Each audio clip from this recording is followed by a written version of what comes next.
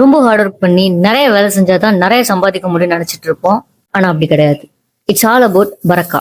நம்ம எவ்வளவு நிறைய பணம் சம்பாதிச்சாலும் அல்லாஹ் அந்த பணத்துல பரக்கத் செய்யல அப்படின்னா நம்மளோட தேவைகள் நிறைவேறாது. ஸோ பரக்கத்தை நம்மளோட லைஃப்ல இன்ட்ரடியூஸ் பண்றதுக்கு 5 ப்ராக்டிக்கல் டிப்ஸ் இருக்கு. ஃபர்ஸ்ட், தக்குவா.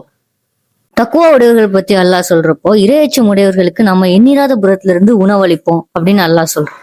செகண்ட், இஸ்திஃபார். இஸ்திஃபார் பத்தி சூரத்து நூஹ்ல அல்லாஹ் என்ன சொல்றான் அப்படின்னா, நம்ம அல்லாஹ் கிட்ட பாவ மன்னிப்பு தேடணும்னு சொன்னா அல்லாஹ் நமக்கு பாவ மன்னிப்பு வழங்குறான்.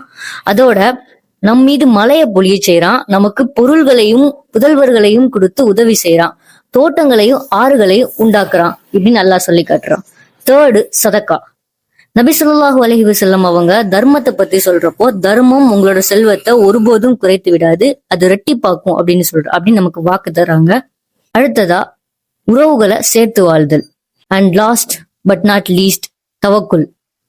ஒரு தவக்குலோட உதாரணமானது, காலையில வெறுவயத்தோட போற பறவைகள் சாயந்தரம் வயிறு நிரம்பி வராங்க, கூட்டுக்கு வராங்க இல்லையா, அது மாதிரி.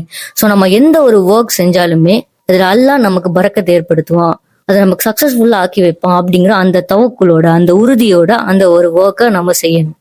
இன்ஷா அல்லாஹ் இந்த 5 விஷயங்களை நம்மளோட லைஃப்ல இம்ப்ளிமெண்ட் பண்ணி பரக்காவை நம்மளோட லைஃப்ல இன்ட்ரடியூஸ் பண்ணுவோம்.